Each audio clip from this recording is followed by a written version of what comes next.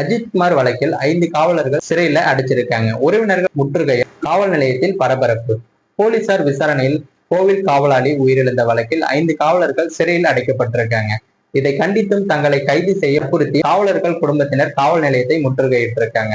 சிவகங்கை மாவட்டம் திருப்புவனம் அருகே மடப்புறத்தைச் சேர்ந்த அஜித்குமார் என்கிற 27 வயதான நபர் அங்குள்ள பத்திரகாளியம்மன் கோவில் தனியார் நிறுவன ஒப்பந்த காவலாளியாக பணிபுரிந்தார். ஜூன் 27ஆம் தேதி அக்கோவிலுக்கு சாமி கும்பிட மதுரை மாவட்டம் திருமங்கலத்தைச் சேர்ந்த நிகிதா என்ற பெண் தனது தாயாருடன் காரில் வந்திருக்காரு. பிறகு தனது காரை பார்க்கிங் செய்ய சொல்லி அஜித்குமாரிடம் சாவியை கொடுத்திருக்காங்க. அவருக்கு கார் ஓட்ட தெரியாததால மற்றொருவர் உதவியுடன் காரை அஜித்குமார் பார்க்கிங் செய்துவிட்டு சாவியை நிகிதாவிடம் கொடுத்திருக்காரு. சாமி கும்பிட்டு விட்டு நிகிதா காரில் ஏறிய போது பையில் இருந்த 10 பவுன் நகை, 2200 ரூபாய் பணமும் காணவில்லை. இது குறித்து நிகிதா அளித்த புகாரின் பேரில் அஜித்குமார் உள்ளிட்ட 5 பேரிடம் திருக்கோணம் போலீசார் விசாரிச்சிருக்காங்க. மற்றவர்களை விடுவித்த நிலையில அஜித்குமாரை மட்டும் மானாமதுரை உட்கோட்ட தனிப்படை போலீசார் வெளியே அழைத்து சென்று விசாரித்திருக்காங்க. ஜூன் 28ஆம் தேதி போலீசார் தாக்கியதில் அஜித்குமார் உயிரிழந்திருக்காரு.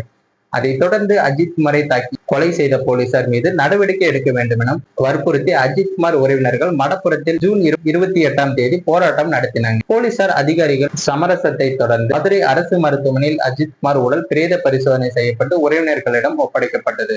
தொடர்ந்து அன்று இரவு உடல் அடக்கமும் செய்யப்பட்டிருக்காங்க. இதனிடையே தனிப்படை காவலர்கள் பிரபு, கண்ணன், சங்கர மணிகண்டன், ராஜா, ஆனந்த், ராமச்சந்திரன் ஆகிய 6 பேரை மாவட்ட காவல் கண்காணிப்பாளர் ஆசிஸ் ராவத் பணியிடை நீக்கம் செய்யப்பட்டார். மேலும் இந்த சம்பவம் குறித்து திருக்கோணம் மாவட்ட உரிமையல் மற்றும் குற்றவியல் நடுவர் வெங்கடேஷ் பிரசாத் காவல் நிலையத்தில் போலீசாரிடம் விசாரணை நடத்தியிருக்காங்க. தொடர்ந்து நேற்று தனிப்படை போலீசார் மடப்புறம் கோவில் பின்புறம் வைத்து அஜித்குமாரை தாக்கியதாக கூறப்படும் நிலையில அந்த இடத்தில் விசாரணை நடத்தினர். பின்னர் காரில் புறப்பட்ட அவரிடம் அங்கிருந்து பெண்கள் முறையான விசாரணை நடத்த வேண்டும் எனவும் முறையிட்டிருக்காங்க.